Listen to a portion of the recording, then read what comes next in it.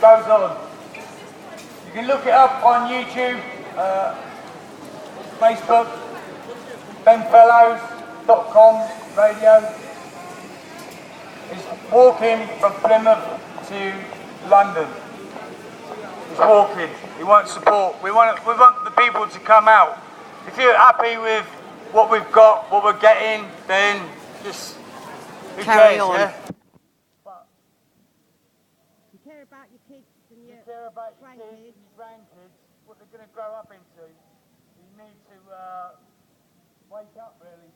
Not just, accept everything that was shown off the TV or the news, These wars in Syria, Afghanistan, Iraq, Libya, full of cost. Cameron used to go to college round here. He was a member of the Bullingdon Club. Now, during the riots of 2010 or something, there was a little girl who got caught up in the confusion of everything, and she stole a left trainer. They made an example of her. They give her 6 months in prison. The banks, they steal. It's under a different word. They mismanage your money. If you was in Syria, if you've got money and you went in Syria, and you was well unlucky a few weeks ago, because they just took it. And it's going to happen here. The banks are, bankrupt. What they're for. They're charging people committing suicide over not being able to pay their bills, not being able to this bedroom tax. Well, how come? The elites get a raise of £20,000 for the year. The benefits, and it wouldn't be a problem if there were jobs, but there are no jobs. There are no jobs, are there? There's not enough jobs for the people. There's no industry in this country. The only jobs there are is working in shops or working in bars. So that's all there is in this country. There's nothing else. There's not, we don't manufacture anything, we don't make anything. We get the slave labour in China to do that. Oh, guns, we make guns. Oh yeah, we do make guns here. I forgot about that. 24. Lockheed Martin and that. There's about 24 companies around this country that make weapons. We supply a lot of the world with tear gas. Yeah. These riots that have been going on in Turkey. You really think the police, Turkish police, you really think that they're beating down the people like that? You think they're Turkish, or you think they're maybe NATO or some other get-up? If they were real Turkish police and they had Turkish mums and dads and Turkish brothers and sisters, cousins, relatives, I don't think they'd be beating on them like that. In the occupying America, you see, peaceful protests. You've got students holding hands, not doing nothing, just sitting down, refusing to move. You've got people, coppers pepper spraying them in the face. You've got war veterans coming back injured, coming back out limbs. Go back over there, babe.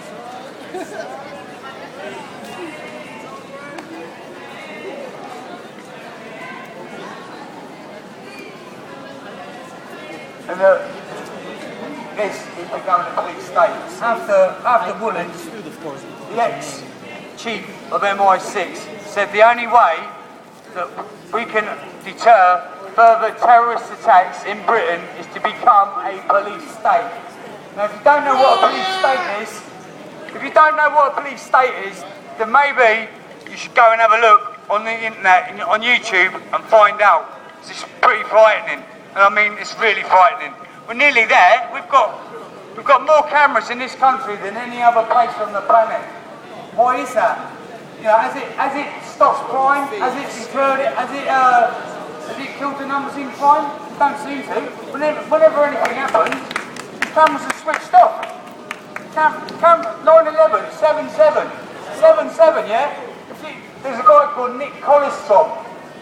He's written a book, Terror on the Tube. Now they shot Mendez 7 times, I think, in the head, execution style.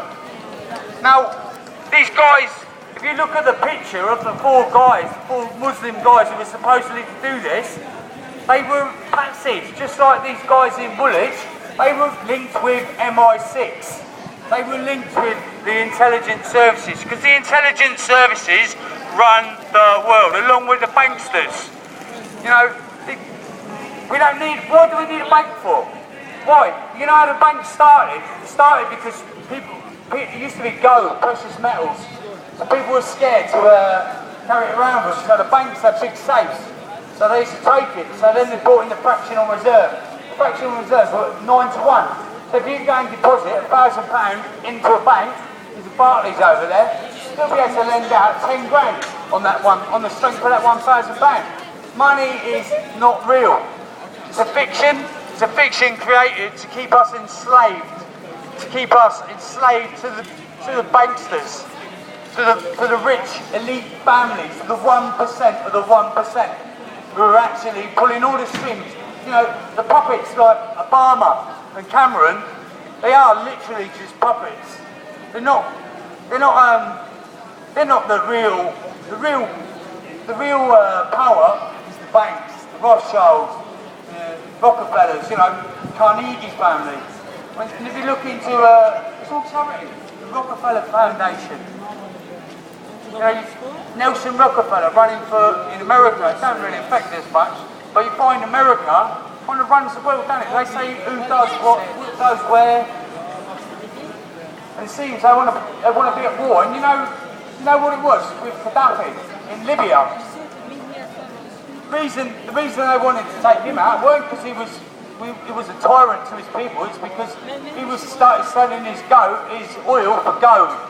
The Americans didn't like that. They didn't like the devaluing of their dollar. They didn't like it at all. So what could they do? They went in and destroyed his country. They span us a load of lies on the BBC. They span us a load of lies on all the TV channels that this guy was some dictator tyrant that was killing his own people. But have a look. Go and look on YouTube and find out what it was like at Gaddafi. He was fighting terrorists. I mean, 1 minute, yeah, they invade Iraq to fight Al Qaeda. Now they're backing them in Syria to get Assad out. And what's this about democracy? Bringing democracy to countries by forcing the leader out?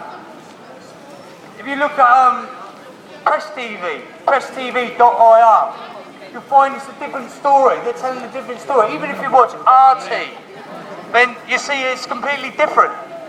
It's not, it's not the same sort of nonsense you're getting from the BBC.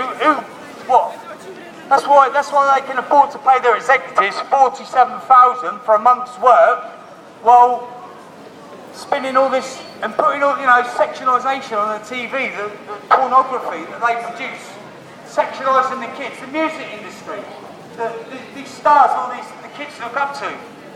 They're like, they can't even sing. You couldn't get them with a guitar and solo. They're just puppets. They're all puppets. They're being controlled. You have to feel sorry for a lot of them.